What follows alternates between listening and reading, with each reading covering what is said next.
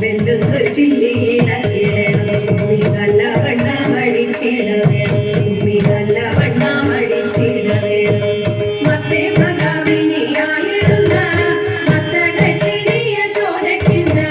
മത്തേ ഭഗവിനിയായിടുന്ന മത്തകശിരിയ ശോധയ്ക്കുന്ന ചിത്തത്തിൽ ബോധം എത്തുമാറോ നാം ഓരോ പദം ചിത്തത്തിൽ ബോധം എത്തുമാറോ നാം ഓരോ പദം അതിന്നര ചൊല്ലിച്ച